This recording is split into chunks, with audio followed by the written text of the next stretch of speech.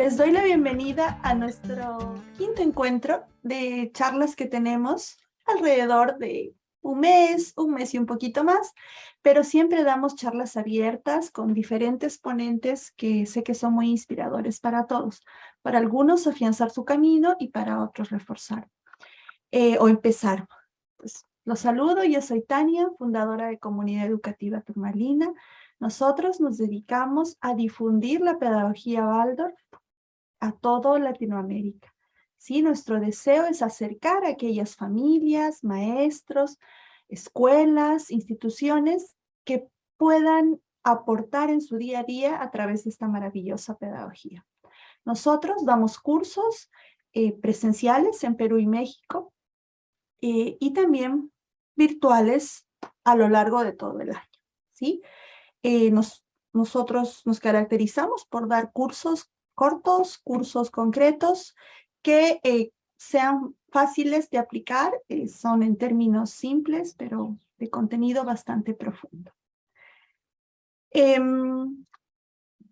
Pues las invito a que se inscriban a nuestra página, al fanpage del Facebook y el Instagram, donde se van a enterar y estar al tanto de todas las charlas, cursos, artículos, videos en traducción, videos grabados, bueno, todo el mundo de actividades que vienen ocurriendo en torno a las actividades de Turmalina.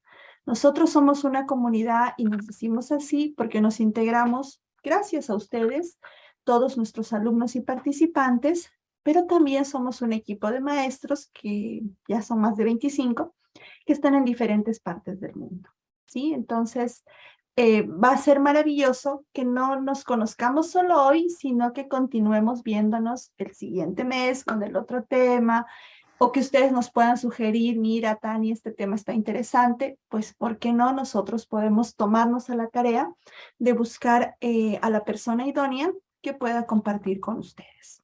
Bien.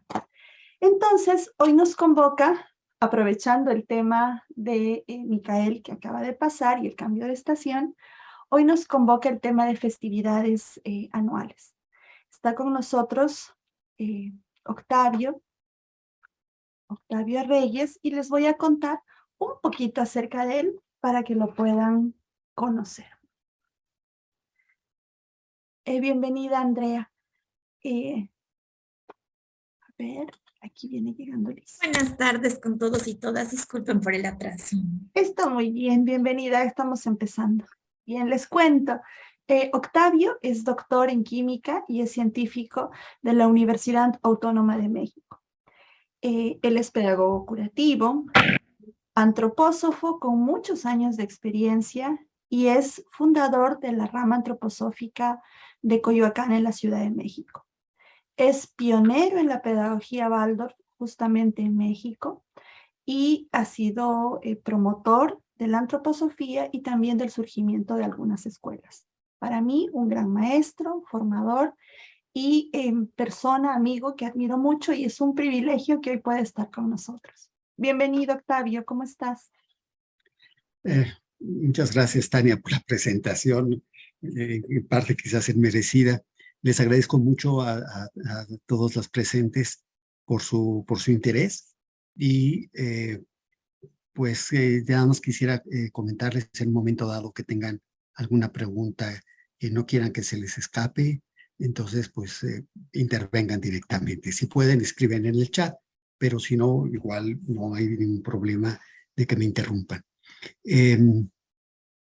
Bueno, no sé si comenzamos ya, Tania, o quizás pueden pensar ustedes en el sitio en el que viven, trabajan con niños o tienen hijos. ¿Cómo organizan los festejos? ¿Solamente festejan el cumpleaños o la Navidad? ¿O qué festejos celebran ustedes?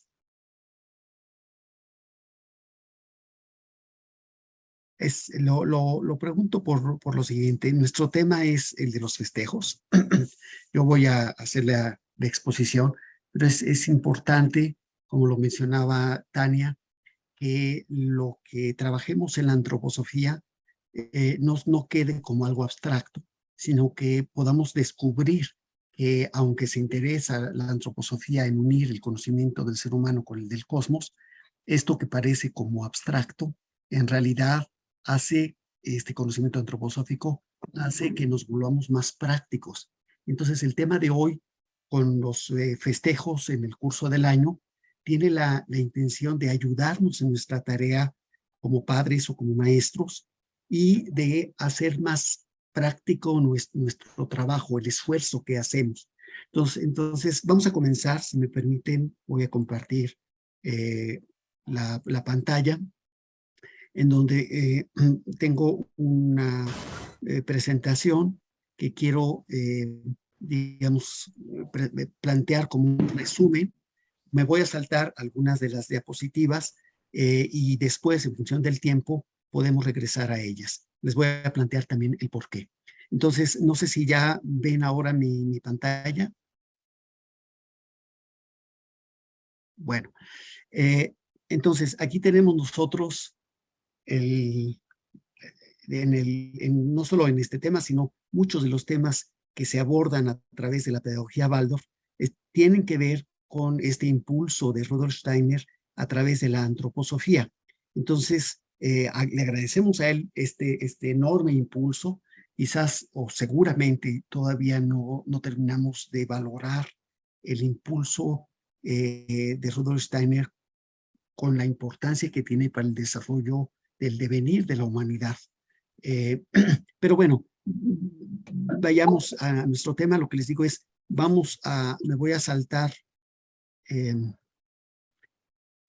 4 diapositivas que tienen que ver con la historia de la Tierra y de la humanidad, y vamos a entrar directamente a estas fiestas estacionales, que es el título que se dio en Turmalina, la vivencia del ritmo anual a través de las fiestas estacionales, pero yo traté de ampliarlo y simplemente es esta búsqueda de vivenciar el ciclo del año, el curso del año, el devenir del año, a través de diferentes festejos. Y hablaremos de los festejos que tienen sobre todo un fundamento espiritual, que no se trata, por ejemplo, pues del día del farmacéutico que se celebró hace un par de días en el mundo, o el día del compadre o de la madre, que aunque tengan mucho valor, están más ligados con un desarrollo más económico, y aunque tiene un trasfondo espiritual, pero no son los festejos que vamos a comentar ahora, sino aquellos que nos son como hitos, como marcas en el curso del año, y que justamente como adultos lo podemos vivenciar de otra manera, pero los niños, en el momento en que saben que se prepara una fiesta y luego otra y luego la otra, entonces ellos comienzan a orientarse en el mundo, en el tiempo, como un suceder de festividades. Les llamamos festejos, pero no todos los festejos son de baile y comida nada más, ¿no? Aunque no está de más, ¿verdad? Pero veamos nosotros entonces ahora con qué nos fundamentamos, visto desde un punto de vista más moderno, en estas festividades.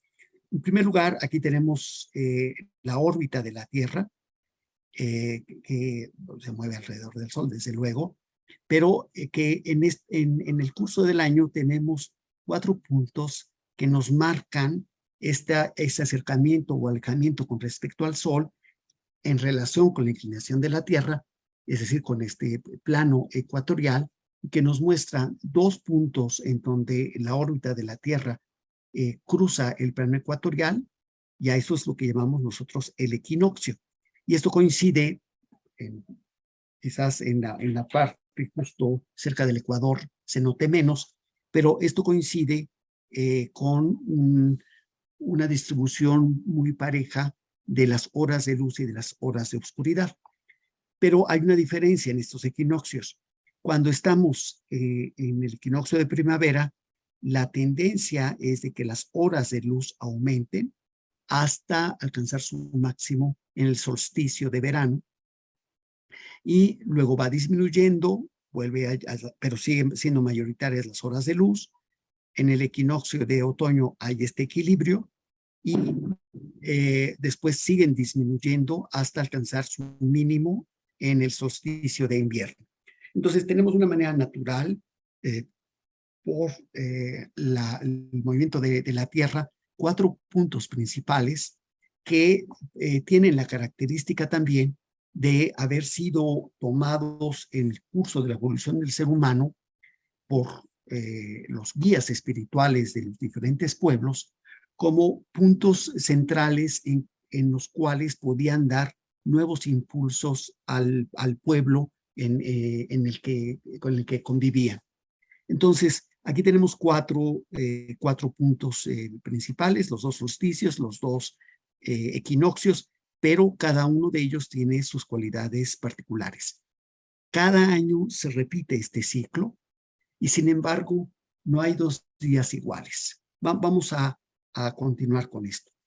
Esta precisión de los solsticios y equinoccios nos permiten considerar pues, la parte del invierno donde hay poca vida, digamos, visible al exterior en la Tierra. Le precede el otoño, en donde vemos este proceso de caídas de las hojas, que en muchos lugares es visible, en el hemisferio norte ahora, por ejemplo. Antes el verano, con el máximo calor posible, y antes del verano la primavera, donde hay una eclosión de fuerzas. Bueno, entonces esto nada más es una pequeña introducción. Y lo que les estoy planteando es, nosotros podemos ver la vida en la Tierra como un ciclo. Por fortuna para la Tierra normalmente este ciclo es bastante regular. Con las personas también tenemos ciclos que en el caso más sano presentan ese aspecto más regular, y cuando se encuentran patologías, pues tenemos un aumento muy grande en este ciclo y un descenso muy grande, y entonces la amplitud de las ondas es pequeño, y esto ya es una situación patológica. Pero en la forma sana, digamos, tenemos también esta presentación por ciclos en la vida de una persona.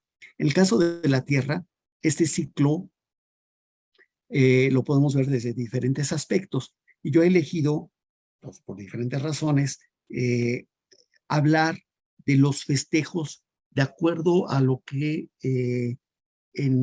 se considera el año eclesiástico en la Iglesia Católica, donde tenemos más festejos que en otras.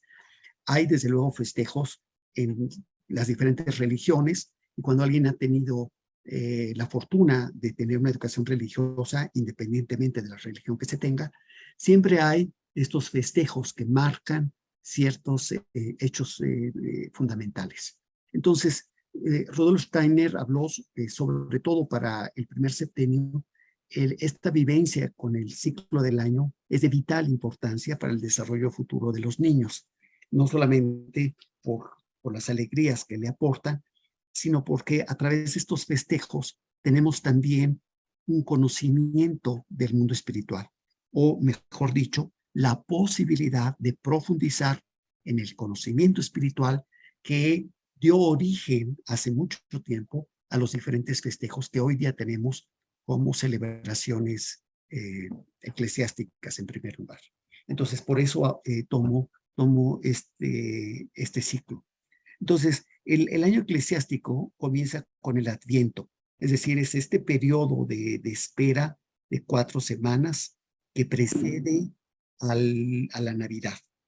En algunos países, como México, este Adviento incluye los 9 noches de posadas, es decir, donde se simula la búsqueda de un hospedaje para José y María, y termina siempre con una apertura de las puertas, con música más alegre y con un compartir de alimentos y con una piñata.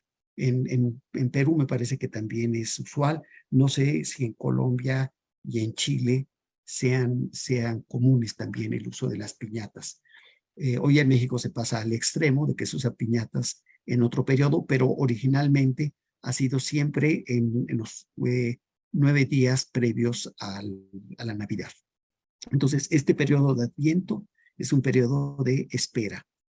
Y luego tenemos el solsticio hacia el 21 de diciembre. Normalmente esto puede moverse, se va moviendo algunas horas. Y unos 3 días después del solsticio celebramos la Navidad, la Nochebuena el 24 y el día de Navidad, el primer día de Navidad, el 25 de diciembre. Y el otro evento que marca este proceso es la de la fiesta de los Reyes, que coincide con la Epifanía. Es decir, se celebra por un lado el bautizo en el Jordán y por otro lado, el mismo día, estamos celebrando la visita de los 3 reyes al niño Jesús. Si tuviéramos más tiempo, pues hablaríamos cómo la antroposofía nos aporta ese conocimiento para darnos cuenta de que en realidad hubo 2 niños Jesús, uno que es narrado por el Evangelio de Lucas y que corresponde, aunque provengan de Abraham y de David, pero a partir de David viene la línea de los sacerdotes a través de Natán. Entonces hablamos de que la anunciación y el nacimiento del niño Jesús, narrado por Lucas, corresponde al niño natánico, es decir, a esta línea que tiene una genealogía que llega más allá de Abraham y llega hasta Dios Padre. Mientras que el Evangelio de Mateo da una genealogía también que llega hasta Abraham, no pasa más allá, pero que a partir de David habla de la línea de los reyes, es decir, que el trono, digamos, va pasando a través de esta familia de Salomón.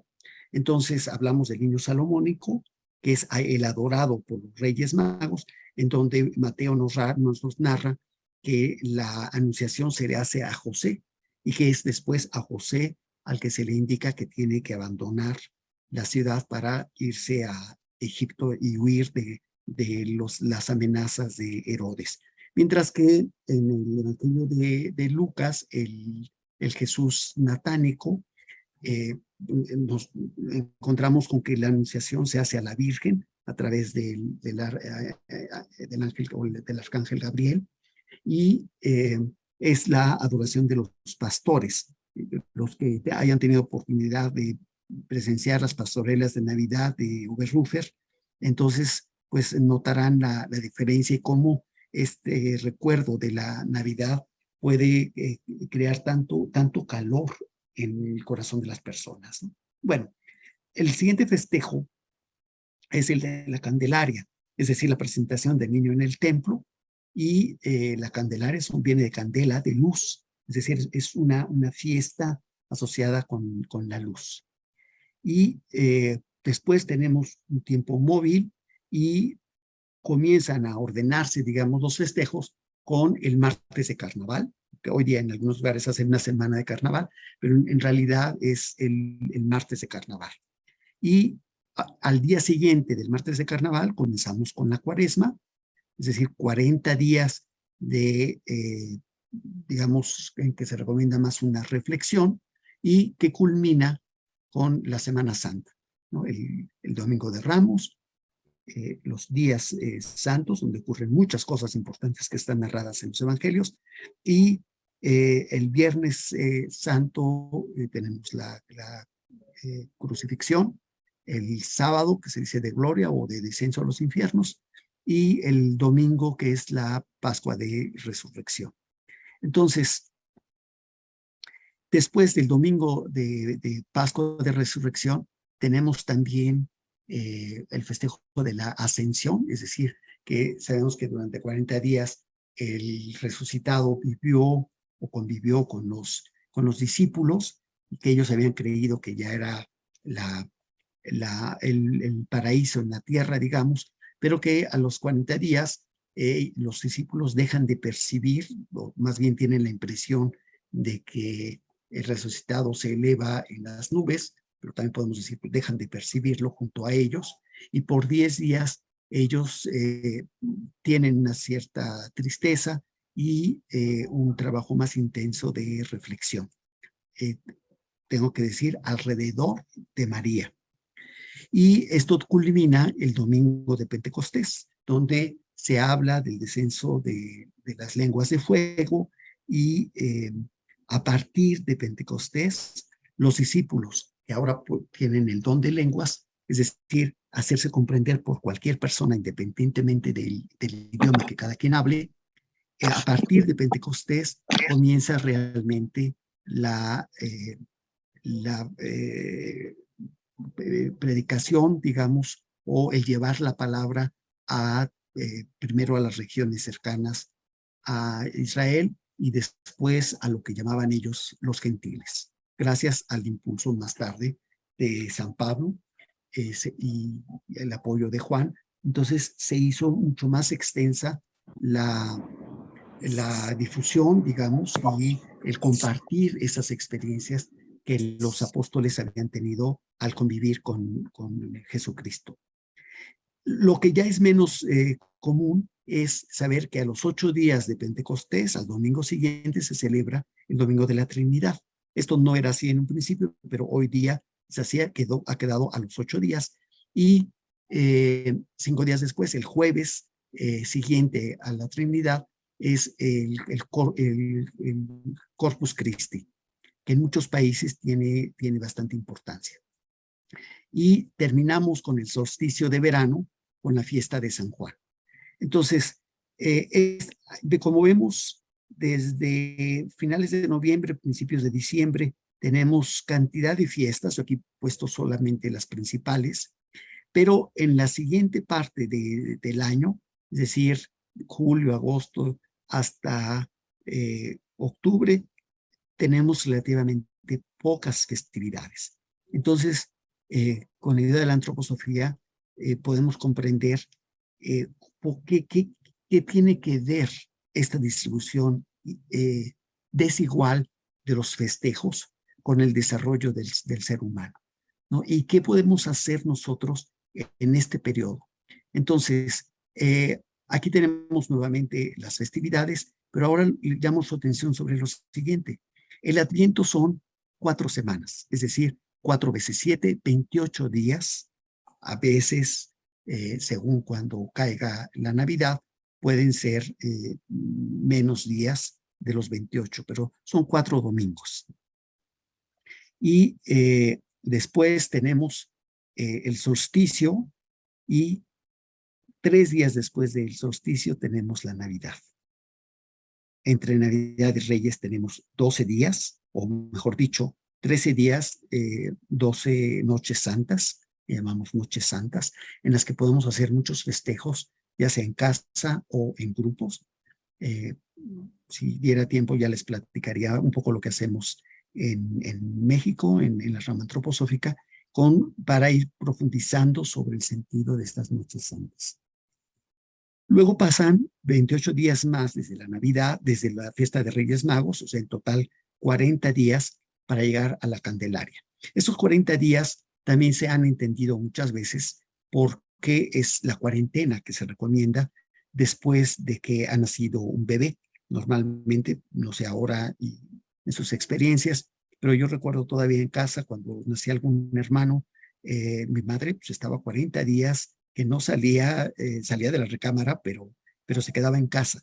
Si alguien quería conocer al nuevo miembro de la familia, pues hacía una visita corta, pero 40 días sabían que normalmente no habría muchas enfermedades, que estaban protegidos y que había que proteger al bebé.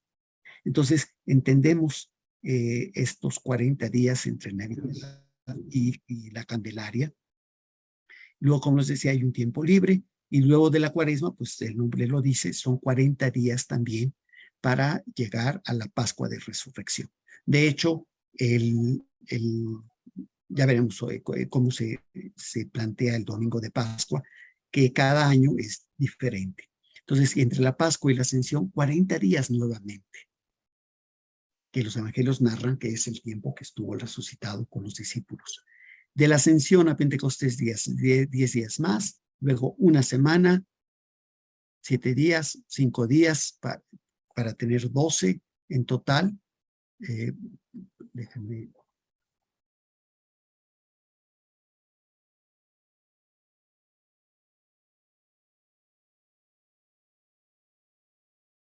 para llegar a Corpus Christi. Como les decía, son festejos menos conocidos. Y finalmente llegamos con algunos días libres aquí al festejo de San Juan, que es algo fijo, digamos, que ocurre el 24 de junio.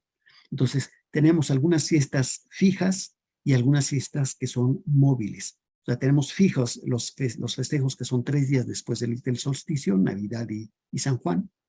Y tenemos las fiestas móviles que parten de fijar el domingo de Pascua, que es el primer domingo que sigue a la luna llena de primavera.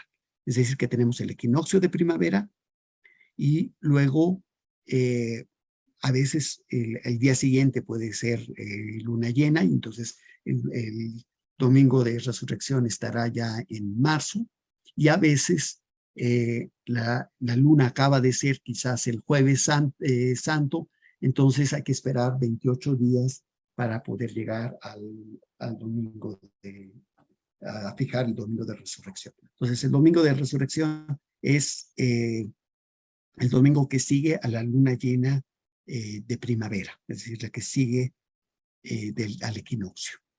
Y entonces, como esto tiene que ver con la posición del Sol, de la Luna y de la Tierra, por eso decimos que es una fiesta cósmica que es móvil, ¿no? Y entonces, pues, aunque ha habido muchos intentos en el siglo XX, se procuró fijar la Pascua para que los comercios pudieran organizarse mejor de cuando hacían promociones, pero en realidad, si nos damos cuenta del origen de esta Pascua de Resurrección, pues no puede ser una fiesta fija, ¿no? Y agradecemos que tenemos fiestas fijas y fiestas móviles, y como ya habrán notado ustedes, hay relativamente pocos números que se presentan entre estas diferentes festividades: el 40, el 12, el 28 y el 3, ¿no?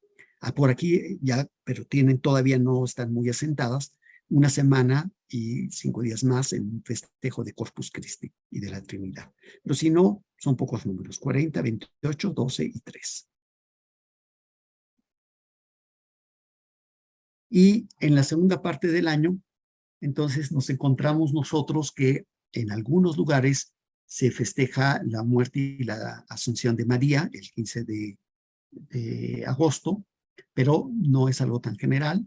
El equinoccio a veces se celebra, digamos, pero se celebra más el equinoccio de primavera. En México mucha gente acostumbra ir de blanco a las pirámides de Teotihuacán o en la zona maya para celebrar el equinoccio, pero pues, se consideran más bien como fiestas paganas. Y entonces sí tenemos el festejo de San Miguel o de Micael como una tradición en México, bueno, en España también, en otros países también se presenta, pero en México tenemos, digamos, algunas cosas de las que les comentaré cuando veamos las imágenes de San Miguel. Entonces, después de San Miguel, tenemos la fiesta de los difuntos. Normalmente en nuestros países se celebra el 1 y el 2 de noviembre. En Alemania, por ejemplo, se celebra el tercer domingo de noviembre. Es también en noviembre, ¿no? Y con un impulso en las escuelas Waldorf, también lo que se celebra es la fiesta de San Martín el 11 de noviembre. Muchas escuelas que no quieren que las asocien con festejos de santos, pues entonces le llaman la fiesta de las linternas. Pero lo importante es qué es lo que se hace allí, qué cualidades de San Martín de Tours se consideran allí y por qué es en esa fecha, ¿no? O sea, la idea de la plática es decir, tenemos festejos que se colocan en ciertos periodos del año y hay una razón espiritual para que sea así. En estos 3 casos, vamos a ver que está directamente involucrada la luz interior. En el caso de las linternas, pues es muy claro, ¿no? Hay una canción que dice: arriba brillan estrellas, abajo brillamos así. Entonces, siempre se enciende la luz de una lámpara como símbolo de esta luz que llevamos en nuestro interior, ¿no? Pero también la fiesta de difuntos está asociada con luces. Muchas veces la gente en el día primero y día dos, pero sobre todo el día primero, van al panteón, al Camposanto, y pasan varias horas de la noche con velas, con flores, con diferentes adornos, pero llama la atención este empleo de las luces, de las lámparas o de las velas sobre todo. Y ya veremos qué tiene que ver con la luz y San Miguel. Entonces, en este primer festejo de Adviento, nosotros tenemos, o por lo menos cuando están ligados las personas con el movimiento Waldorf, entonces cada vez más se celebra la corona de Adviento. Entonces tenemos una tendencia a pensar en el círculo y quizás algunos conozcan, y si no, me parece que van a hacer una edición, en unos cuantos días va a aparecer una edición de cuentos de Adviento, y de ahí yo he tomado estas 4 imágenes de los ángeles que, digamos, aparecen en cuentos con cada domingo de Adviento. Entonces hay en ese libro más de 20 cuentos de Adviento, pero 4 de ellos, los primeros que se presentan, corresponden al ángel azul, al ángel blanco, al ángel lila y al ángel rojo. Y es, digamos, la idea de llamar la atención sobre que es un periodo de espera, de escucha, de percibir lo que sutilmente cambia en el ambiente, y me atrevo a adelantar, independientemente de que el clima sea frío o caluroso o indeciso, ¿no? Este periodo de Adviento o de espera para la Navidad está obviamente ligado con la anunciación, la anunciación que hace el ángel Gabriel a María. En este caso, este es un cuadro de Fra Angelico, es una María que está leyendo, es decir, es una María más culta, y aquí sí quizás pueda hacer unos segundos una pausa para que observen la pintura y por favor libremente digan qué les llama la atención. Quizás muchos de ustedes ya lo conocían, pero si no, ¿qué les llama la atención en este cuadro?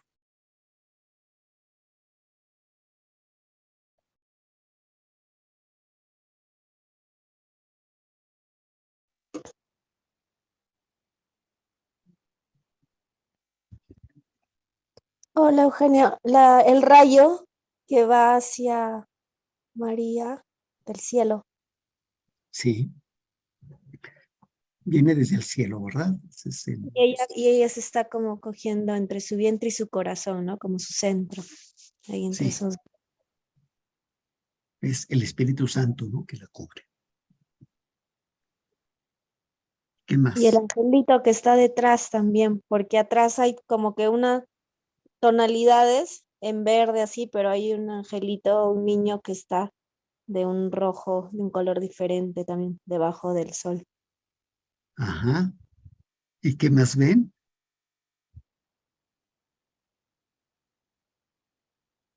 Está ese También angelito y luego. dentro de los, dentro de los rayos, del rayo se ve como yo veo unas palomas, como 2. No sé si, como una que sale del sol, que está ahí, y otra que va como Sí. hacia el pilar. Sí, puede ser, sí. Y aquí también hay como algo más, ¿no? Bien. ¿Qué otra cosa observan? Quizás la cara de, no sé quién sea, está una carita ahí de Dios, Jesús, no sé, arriba. ¿Te refieres a esta? Sí. Sí. Bueno, se asume que es Dios Padre. En la representación, digamos, de este espacio, este habitáculo donde está María.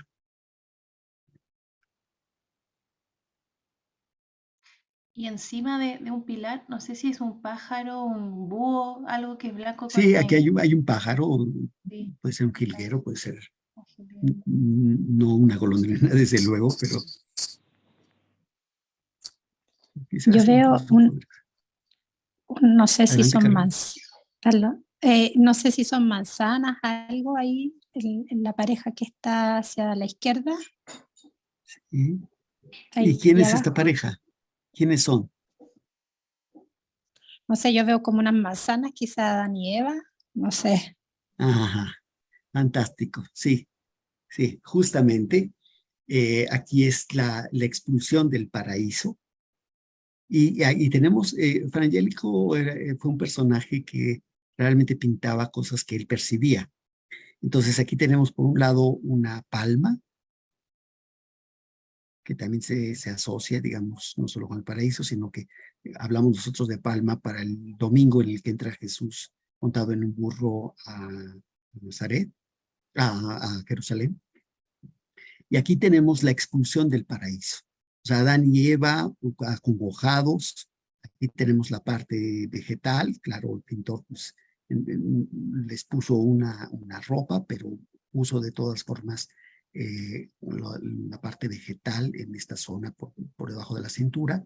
Y es interesante que Frangélico hace la asociación de Eva con María, ¿no? Ave María, ¿no? Eva María, ¿no? Entonces, este conocimiento que digamos aquí puede uno decir, ah, pues sí, se le ocurrió, qué raro, ¿no? Pero era un conocimiento que era, digamos, bastante extendido entre la gente, en el sentido en que hoy día podemos escuchar que va a haber una redención del ser humano con la venida del Cristo, del Hijo de Dios, digamos, que se hace hombre, y esto va a redimir ese pecado original, ¿no? Entonces, pues es una pintura muy interesante.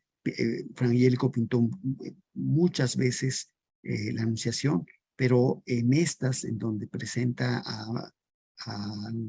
el paraíso, digamos, es un paraíso perdido, y aquí vamos a tener pues una recuperación, una reivindicación de ese paraíso perdido o de ese pecado. Paso a la siguiente. Entonces, como yo les decía, en este periodo de Adviento, no sé si en Chile y en Colombia también celebran las posadas o no.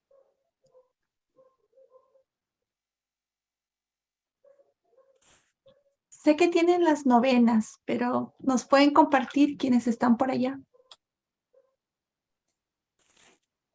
En Chile, por lo que yo sé, no se celebran las posadas. No, Ajá, eso no. sí. ¿Y en Colombia? En Colombia se celebran las novenas de aguinaldo se llaman. ¿Y qué se hace ahí?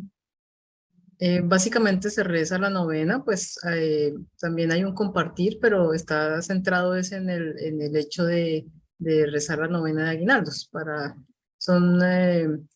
Eh, se va relatando la historia hasta llegar al nacimiento. Ajá, muy bien. O sea, sí es una preparación para la Navidad, ¿no? Sí, sí, por supuesto.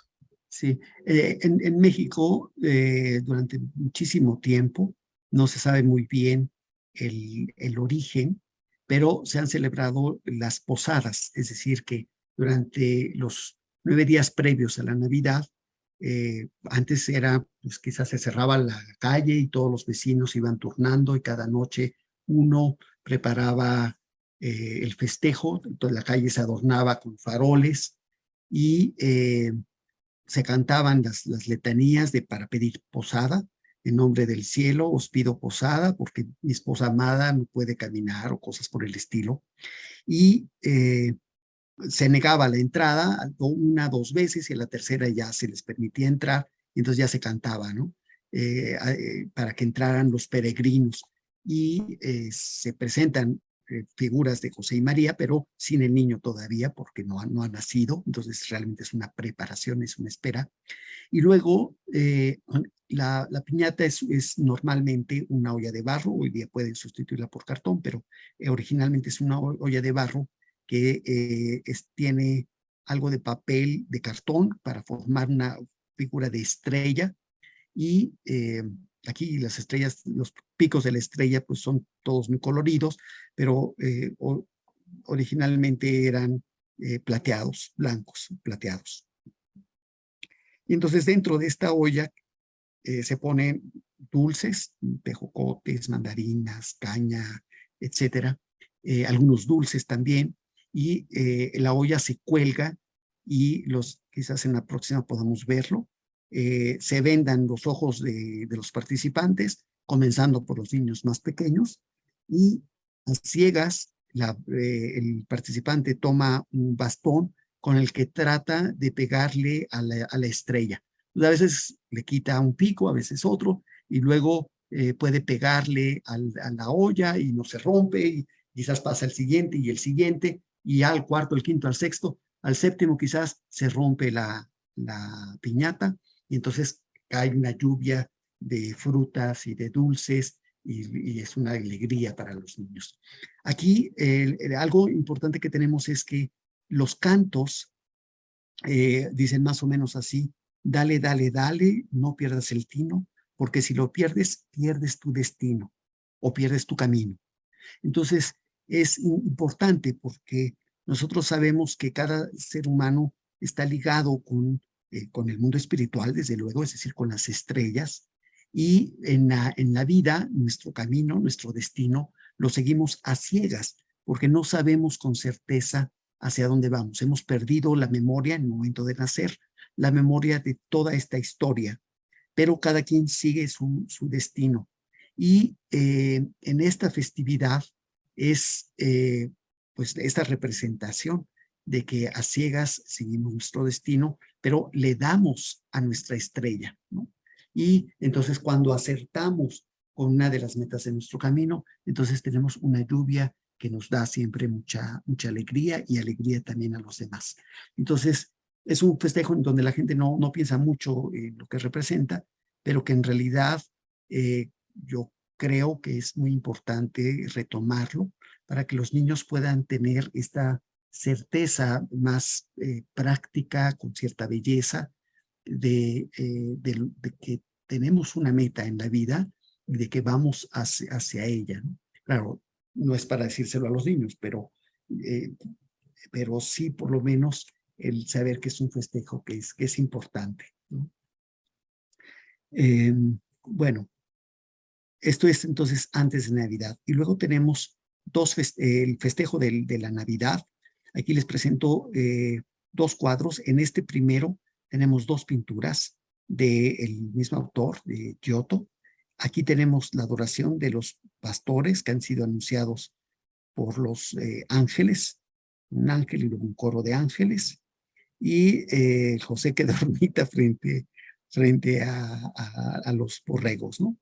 Y en la segunda, que es también de Giotto, es una pintura muy conocida, porque aquí se presenta, pues los astrónomos, los geólogos hablan de que es un meteorito que se presentó, pero digamos aquí Giotto está presentando la adoración de los reyes, y si lo observan, eh, van descalzos, casi no se ven los pies, es decir, que el autor no considera que sea muy importante.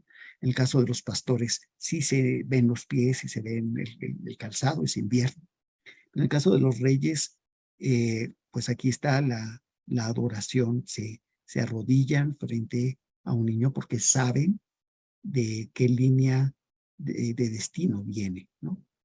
Entonces, ese es el niño salomónico, y acá tenemos la adoración del niño natánico. Y más claramente,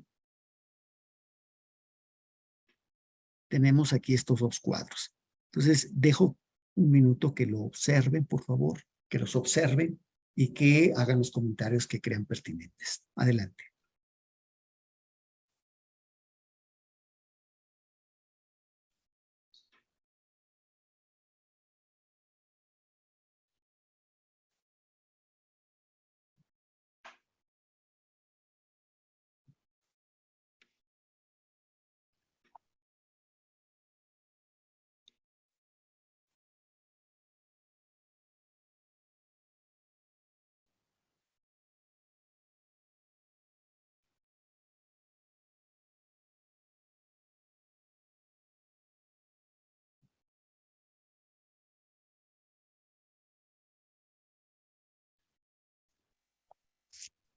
¿Qué les parecen estas dos pinturas? En el cuadro de la derecha hay como un meteorito que está llegando. No sé si es un meteorito, una estrella fugaz o algo que está encima del pesebre, que no está en el otro. Ajá.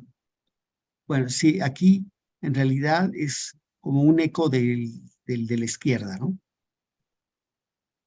Nada más que ya más oscurecido.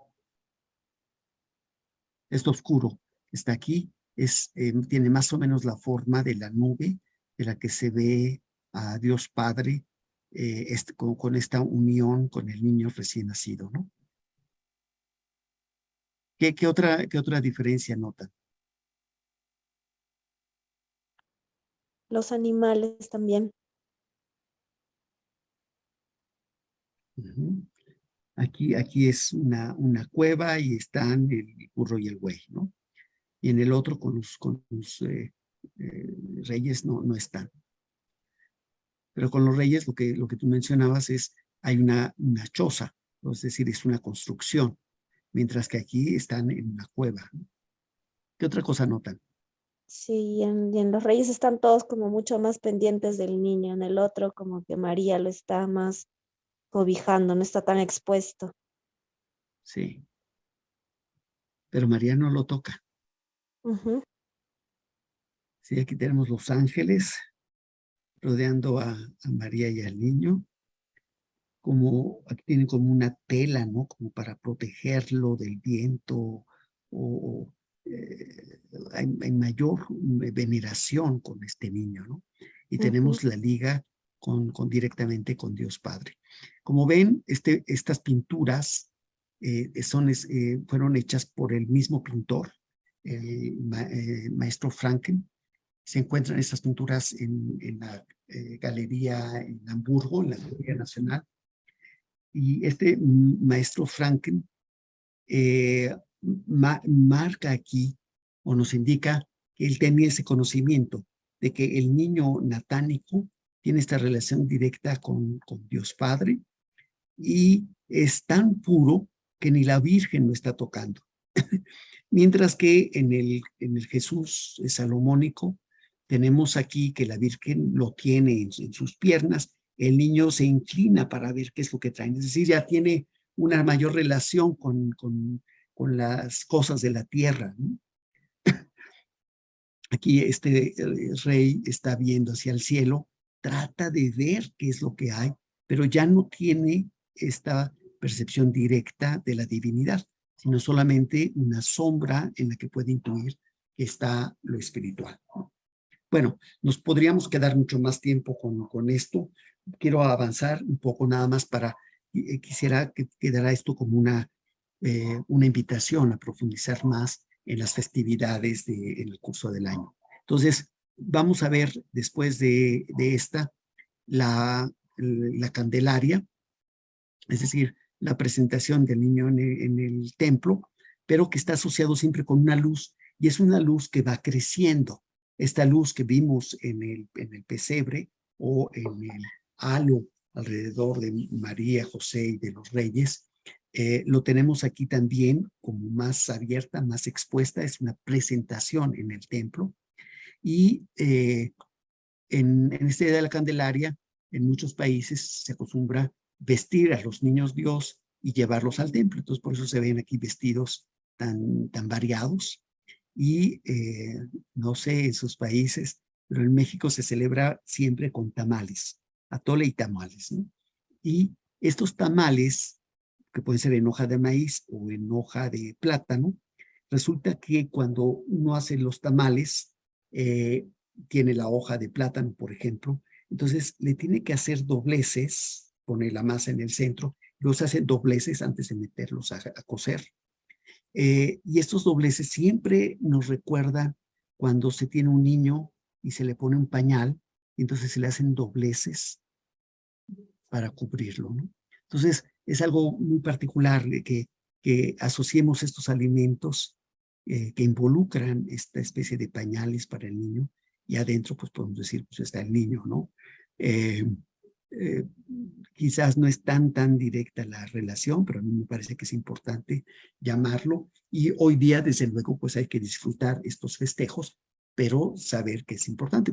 A los niños, cuando les decimos va a haber un festejo, va a haber tamales, pues siempre se alegran, ¿no? Después de la Candelaria, como les decía, viene el martes de Carnaval y luego el miércoles de ceniza. Y nada más, quizás, no sé si todo el mundo lo sepa, pero estas cenizas que se ponen en la iglesia a los feligreses, normalmente en la frente, proviene de las palmas que el año anterior se llevaron el domingo en que empieza la Semana Santa. Entonces, se entregan unas palmas y esas palmas se reúnen, se calcinan y esa es la ceniza, o sea, es decir, la ceniza del próximo miércoles de ceniza proviene del Domingo de Ramos de este año, 2022. Bueno, y ese Domingo de Ramos, pues indica la entrada de Jesucristo a Jerusalén montado en un burro. Bueno, si tienen la oportunidad de ver ese libro de cuentos de Adviento, hay uno que habla del burro, en que se plantea cómo creó el burro la cruz que está en su cuerpo, ¿no? Una franja más oscura sobre el lomo y una franja también oscura alrededor del cuello, que están formando una cruz. Entonces, el cuento se queda allí, pero realmente es el burro que cargó a María, que portó a María en ese viaje, y antes del nacimiento del niño, pero también es el burro en el que entra Jesucristo a Jerusalén, pero con un ambiente diferente. Todos están alegres, pero él sabe que debe entrar en el Evangelio, se dice para cumplir las Escrituras, pero en realidad nosotros sabemos que el burro está representando el cuerpo físico del ser humano y la palma habla de las fuerzas etéreas, pero que Jesucristo sabe que eso es el inicio del final, ¿no? Es decir, de esta separación del cuerpo vivo. Luego, Perdón, para aquellos que no pueden ver, disculpa, están diciendo Claudia y Josefa, tienen que poner en vista, ¿sí? En su configuración para que puedan ver la presentación de Octavio, o es que más nadie lo puede ver.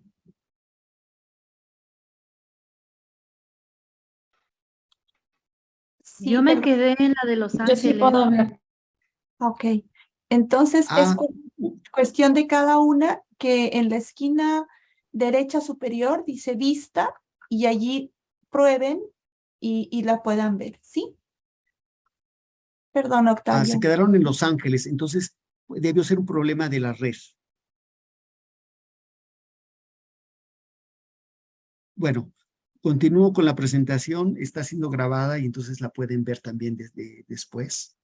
¿Hay alguien que todavía tenga dificultades para ver las imágenes?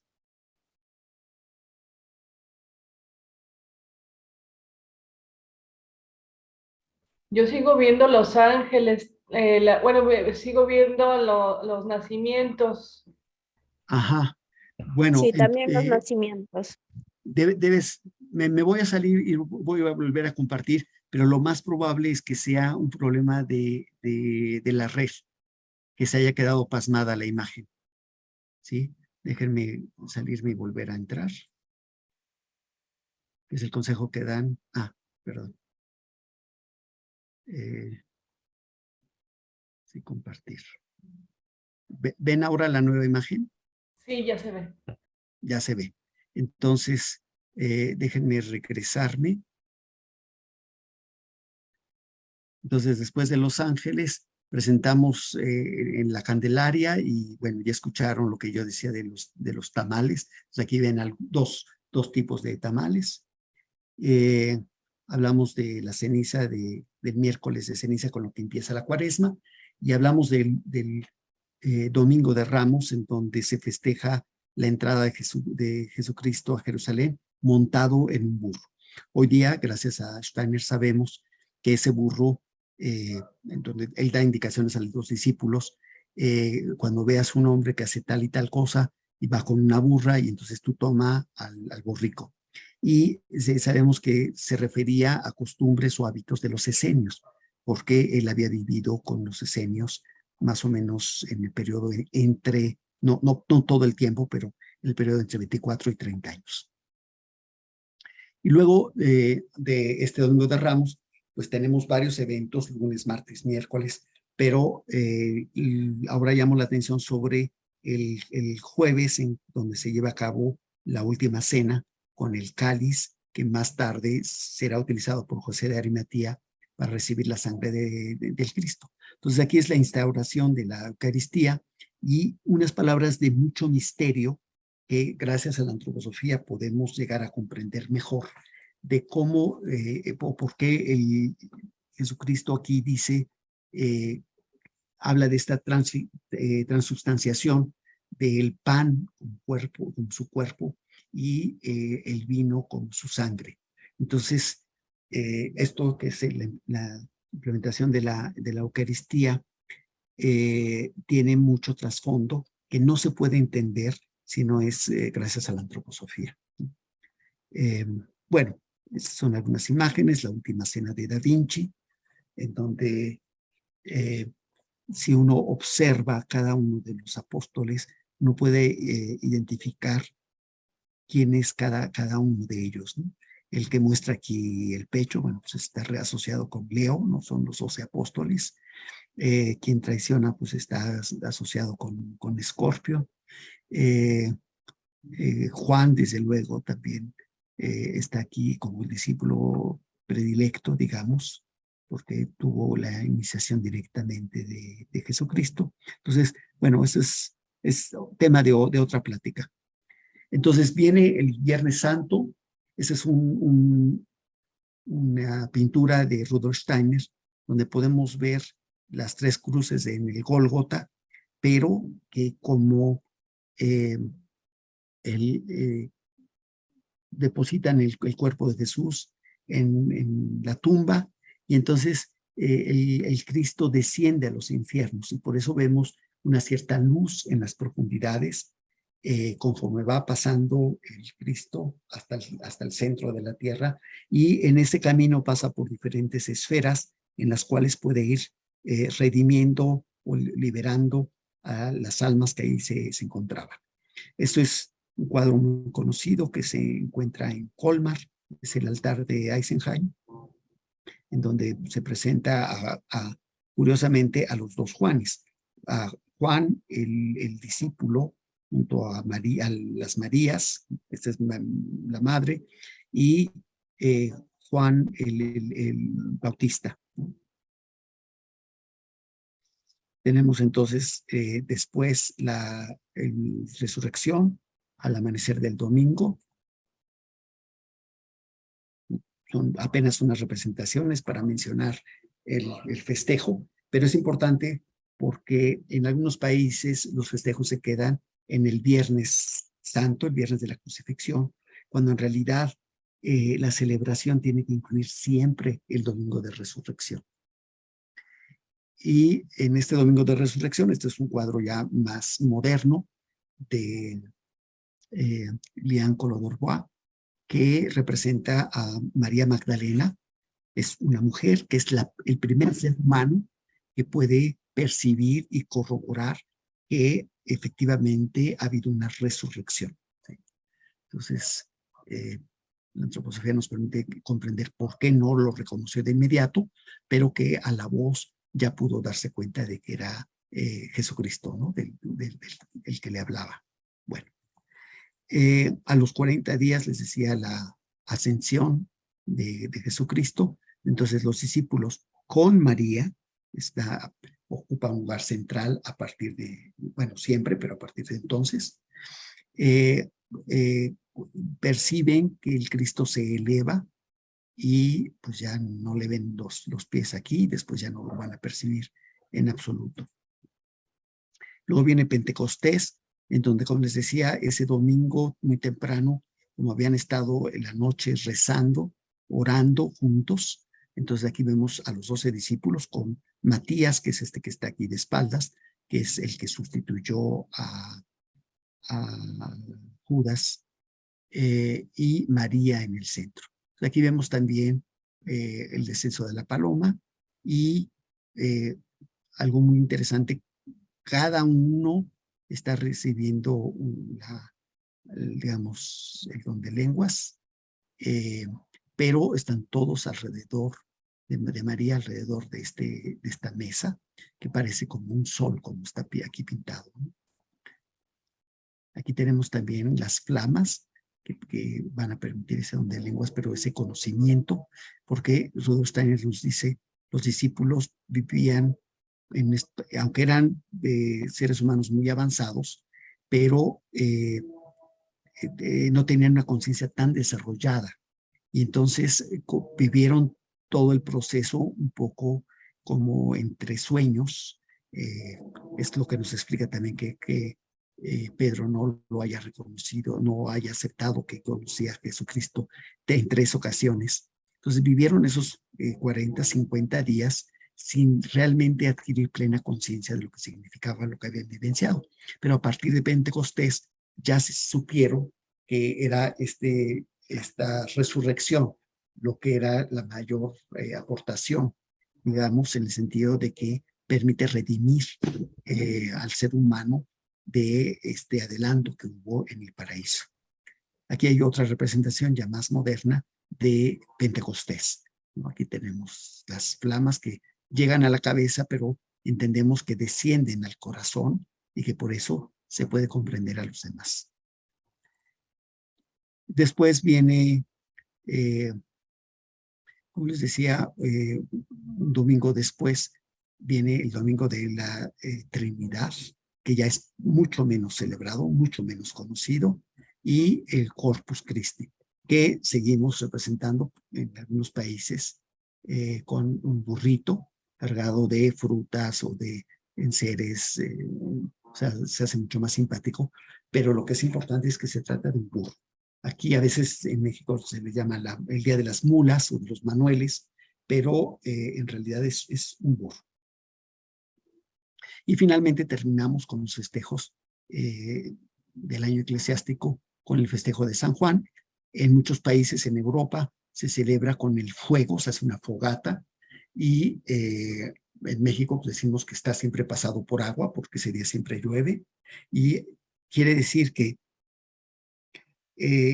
aquí estamos más ligados con Juan el Bautista, que bautizó con agua, y el bautizo con el fuego, que simboliza también los pocos momentos, los pocos minutos de oscuridad, cuando uno va más hacia el polo, se pasan con una luz que hace el hombre.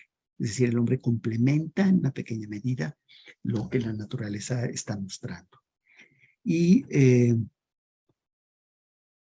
aquí tenemos la muerte y la asunción de María, en donde se habla de cómo ella pidió que estuvieran todos los apóstoles. Entonces, muchos estuvieron físicamente allí con ella, pero algunos tuvieron la vivencia, digamos, clarividente de la muerte de María. Y quizás aprovecho para decirles, no nos queda mucho tiempo, pero sí quisiera decirles algo. Saldrá pronto en una editorial que hay en México, la editorial Juan Berlín, quizás para marzo o abril, un libro que se llama El Triple Misterio de María. Se lo recomiendo muchísimo porque habla justamente del papel de la mujer desde el paraíso y cómo, digamos, es incorrecto cuando se asocia solamente o se habla de la división de géneros solamente para la reproducción. Eso es totalmente falso, ¿no? Es una posibilidad, pero en este libro hay muchos elementos de tipo espiritual, digamos, para comprender el verdadero papel del ser femenino en cada uno de nosotros. Entonces, pues, nada más les digo que algunas mujeres al leerlo pues tuvieron lágrimas en los ojos de lo profundo que es ese libro, El Triple Misterio de María, que fue escrito por Emil Bock, un sacerdote de la comunidad de cristianos. Aquí está un poco difuso, pero es también otra presentación de la muerte de María y la ascensión, en donde me llamó la atención por los dorados y por la presencia aquí del resucitado. Y entonces ya en los festejos más libres, porque el de la Asunción de María no es tan conocido, está el de Micael, que cada vez requiere de un reforzamiento, porque estamos en la parte del año en donde no tenemos fiestas fijas que ya estén establecidas de cómo se han de celebrar, sino que tenemos, a partir del conocimiento antroposófico, que redescubrir cómo celebramos el Día de San Micael. Por ahora, las escuelas hablan mucho de vencer al dragón, hablan poco de este otro símbolo micaélico de la balanza, que presenta un equilibrio. Ocurre, pues, en el periodo en donde acaba de terminar el Virgo y empieza Libra, pero por otro lado es que Micael durante mucho tiempo estuvo ahí representado como el que pesa las almas de las personas, entonces los demonios jalan hacia abajo y los ángeles tiran hacia arriba para quedarse con las almas, ¿no? Esas son representaciones que en la Edad Media fueron muy comunes, pero que implica una ecuanimidad, implica una justicia, este es también el símbolo de la justicia, implica junto con la espada que hay el valor para actuar, que son estos valores de Micael que tenemos que redescubrir en la época actual, porque no solamente es el arcángel del otoño, sino que es también el arcángel que se ha elevado a la categoría de Arcae en la época en la que vivimos, desde 1879, para convertirse en el Arcae, la guía de nuestra época. Es decir, que los impulsos de Micael van para todos los países, no solo para uno.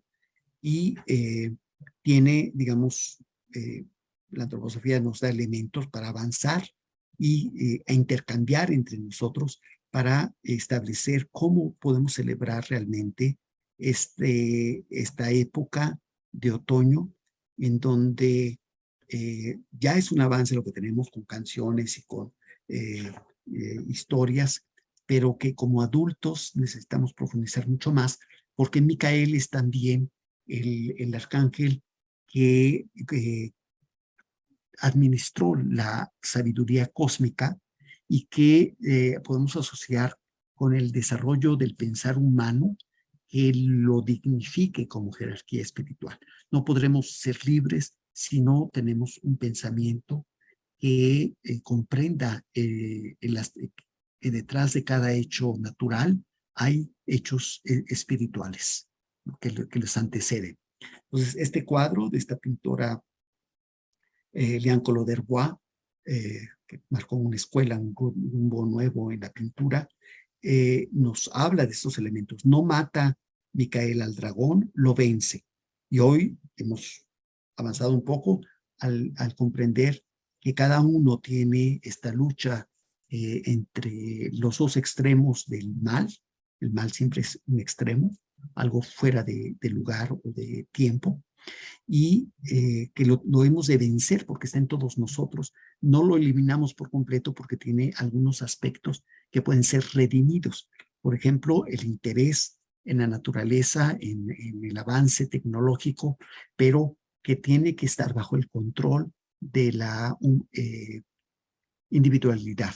Es decir, que no tenemos que quedar presos de la tecnología, sino que tenemos que utilizar esa tecnología. Que no hemos de quedar presos en la materia, pero tenemos que transustancializar la materia para convertirnos realmente en seres humanos dignos. Bueno,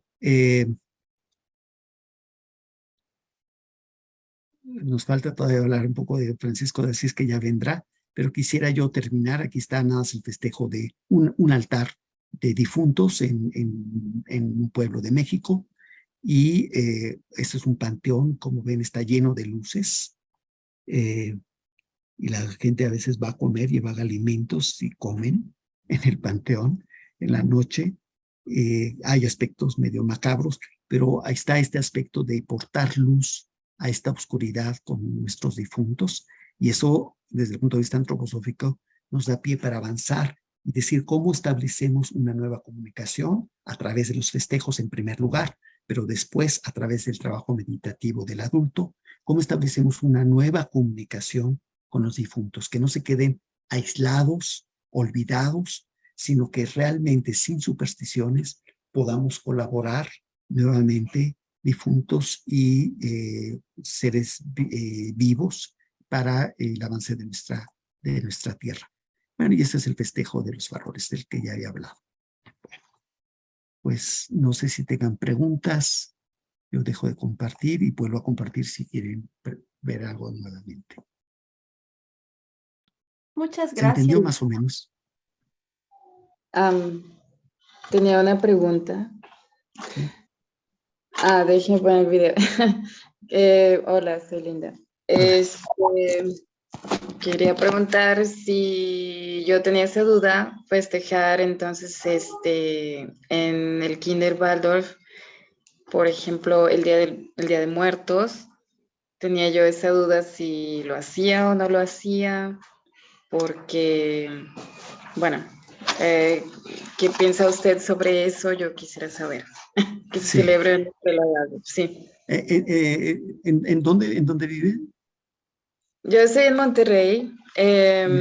Alguna Sí. vez lo vi en Querétaro, ¿verdad? Porque Sí. viví en Querétaro. Sí, y tengo un grupo en la casa de Kinder Waldorf. Tengo 4 alumnos y entonces, por ejemplo, ahora estaba precisamente pensando si iba a celebrar con ellos el Día de Muerto, porque había escuchado algunas contras, ¿verdad? Y otras, Sí. mayoría Bueno, está creo que a favor, más bien. Primero hay que celebrar San Francisco. Eso con los niños va muy bien porque se asocia con esta imagen de el trato con los animales y regalar en todo momento lo que uno tiene, compartirlo con los demás. Entonces, esto es una preparación. Y cuando llega el Día de Difuntos, yo lo que digo es lo siguiente. En México hay un aspecto que podemos decir macabro con las calaveras. Hay una historia muy, muy pesada de siglos atrás y el hecho de que un niño se coma una calavera, pues visto desde afuera se ve algo como macabro, ¿no?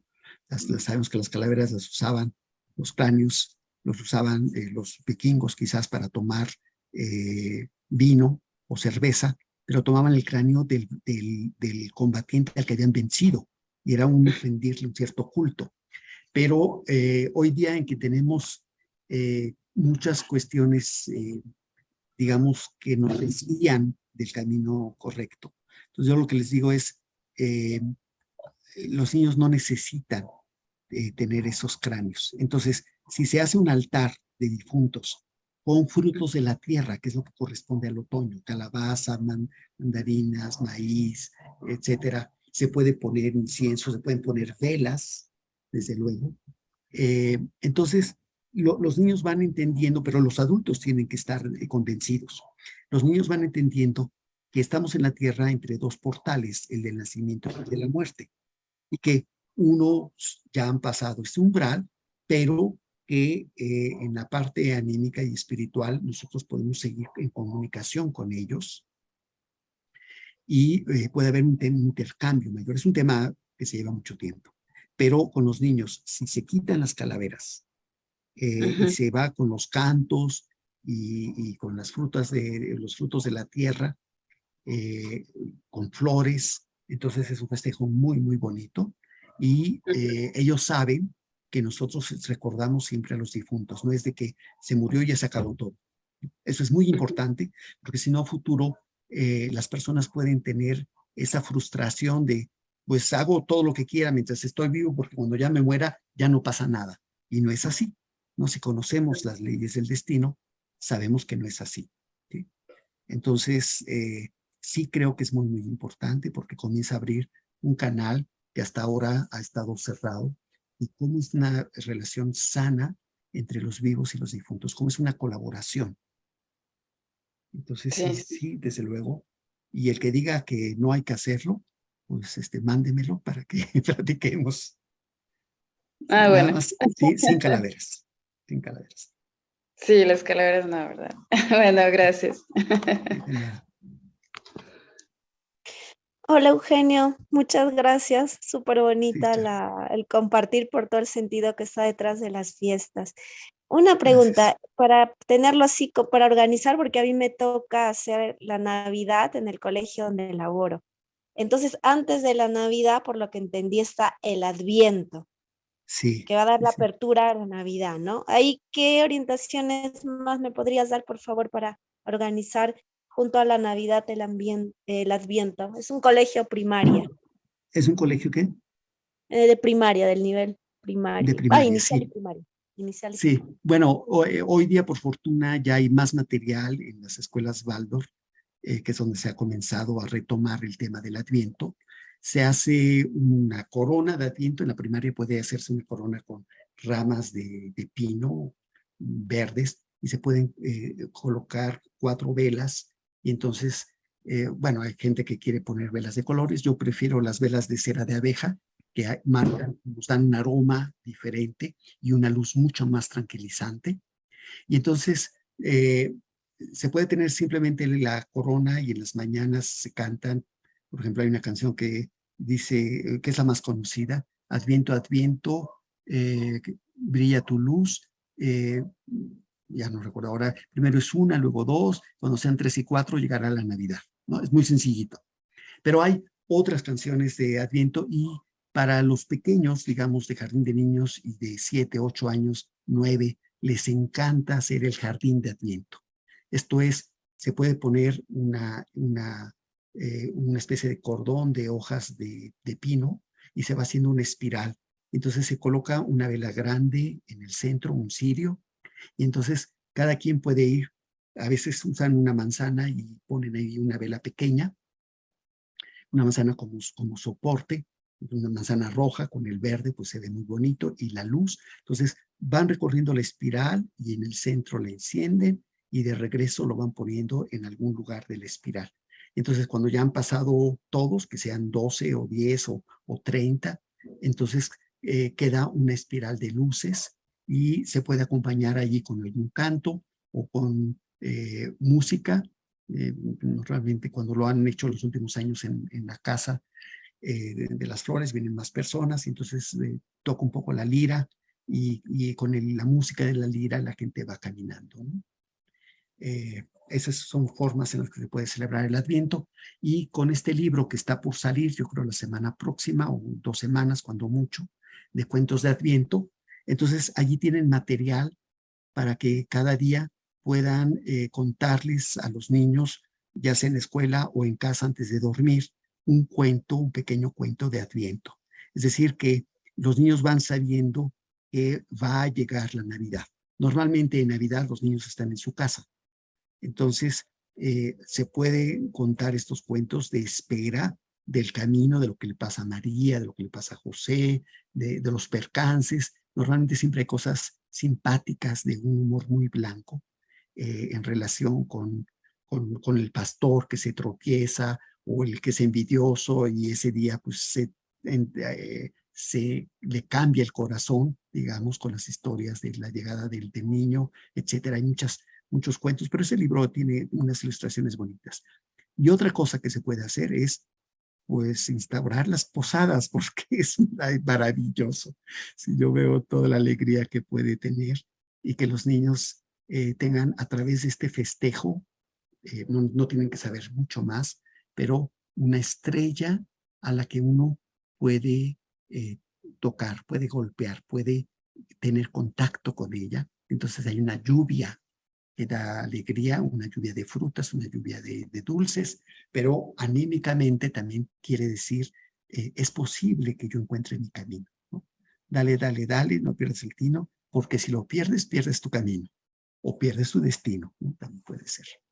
No sé si te contesta, Charo, o si es Sí, mucho. súper. No, Mande. Claro que sí, muchísimas gracias. Pues vamos llegando al final. Si han quedado preguntas en el tintero, igual háganmelas llegar. Todos tienen el contacto de Turmalina.